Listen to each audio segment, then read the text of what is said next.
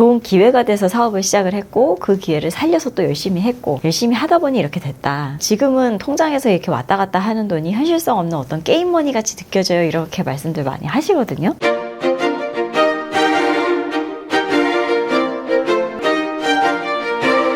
안녕하세요. 반갑습니다. 세무사님께서 개인 단독 세무사로서 상당히 큰 규모의 세무사 사무실을 운영하고 계시잖아요. 주위에서도 이 정도 됐으면 뭐 성공했다 이런 말씀들 많이 하실 것 같은데요. 성공의 정의를 뭐라고 해야 할지 모르겠습니다만 저는 아직 한참 멀었습니다. 그냥 감사하게 생각하고 더 열심히 해야 되겠다는 생각을 하고 있어요.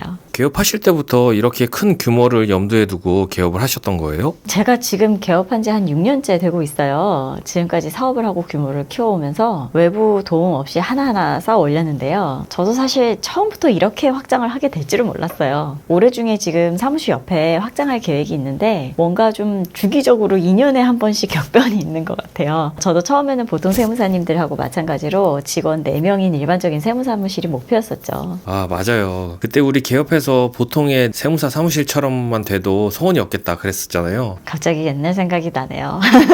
지금은 직원이 28명이죠. 네, 28명 됐습니다. 처음에 방구석에서 하다가 10평짜리 사무실에서 시작을 했었는데 그때 계셨던 직원분이 아직도 계세요. 그 당시를 지금에 비하면 구석기 시대라고 표현을 하더라고요. 아, 인생에는 참 정답이 없는 것 같아요. 세무사님은 전공 자체가 세무회계 쪽도 아니어서 더 그렇게 느끼실 것 같은데요? 그러게 말입니다. 제가 초등학교 때부터 대학생 때까지 거의 10년 가까이 미술만 했었어요. 지금 제가 사는 인생과는 전혀 다른 인생이죠. 그때는 그림이나 작업 이게 인생의 전부고 제 삶에서는 그거 열심히 하는 게 정답이라고 생각하면서 살았었거든요. 근데 지금 세무사로서 이렇게 숫자 만지는 일을 하고 살고 있으니까 그때는 전혀 상상도 못할 일이죠. 그때 지인들도 지금 제가 이렇게 사는 줄 알면 다 놀라더라고요. 그러게요. 물론 계획된 인생이 어디 있겠냐만 그래도 어느 정도 예상 가능성은 있어야 되는 거 아니에요? 미술에서 세무사로 바뀌는 건 전혀 상상이 안 되는데요?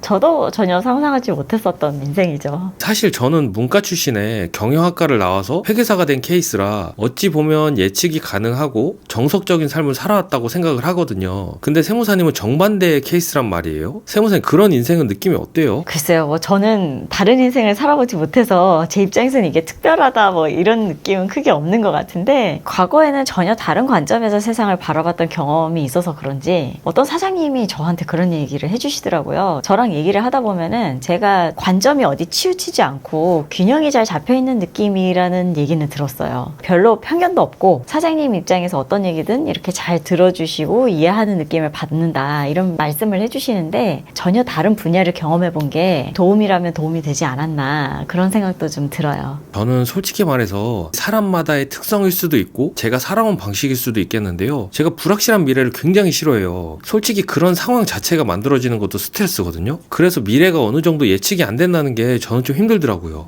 근데 당연히 예측이 안 되는 건 누구나 다 힘들죠. 제가 살아온 삶의 과정을 보면 남들보다는 조금 더 격변의 의사결정 과정을 거친 거잖아요. 미술 전공에서 뭐 세무사를 전향을 했다든지 아니면 예전에 가족이 크게 아팠던 적이 있었던다든지 그런 것들을 극복을 하고 나니까 제 안에 어떤 그 항체 같은 게 생긴 것 같은 느낌이 들어요. 뭐 이런 거죠. 말하자면 내가 그런 것도 했었는데 이거 못할까 이런 자신감인 거죠. 미래에 어떤 불확실한 일이 있더라도 받아들이고 극복하면 된다 좀 이렇게 덤덤하게 생각하고 견디지 못할 게 뭐가 있겠어 이렇게 생각하는 자신감이랄까요. 그거는 저뿐만 아니라 다른 종류의 어려움이더라도 그런 우여곡절이 있으셨던 분들이라면 다 공감을 하실 것 같아요. 저도 불확실한 미래는 싫어해요. 근데 사업이라는 거는 불확실한 미래의 연속이잖아요, 사실. 그래서 이런 부분을 피한다기보다는 저는 조금 정면 돌파하는 스타일인 것 같아요. 세무사님 주위에도 나름 경제적 자유를 이루었다든지 사업적으로 큰 성공을 한 사장님들이 계시잖아요. 거래하시는 사장님들도 계시고 그분들은 본인이 그렇게까지 잘 될 걸 계획하셨던 분들이 있을까요? 잘 나가는 사장님들께 저도 그런 부분을 여쭤보는데요. 정말 단 한 분도 빠짐없이 하시는 얘기가 있습니다. 운이 좋았다.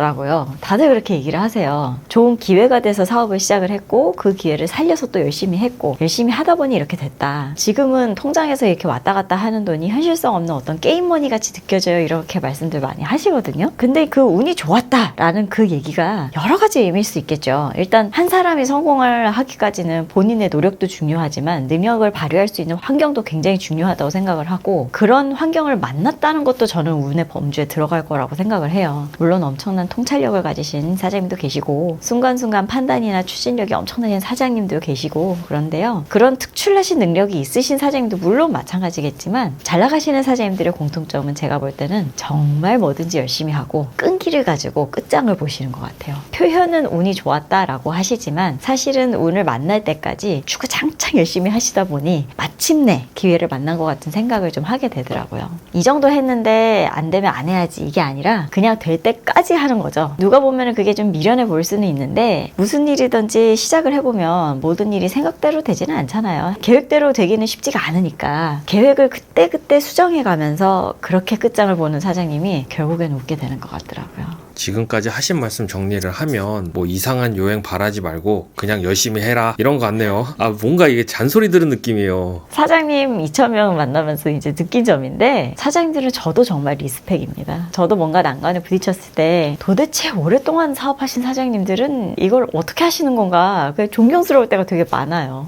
오늘은 여기까지. 감사합니다.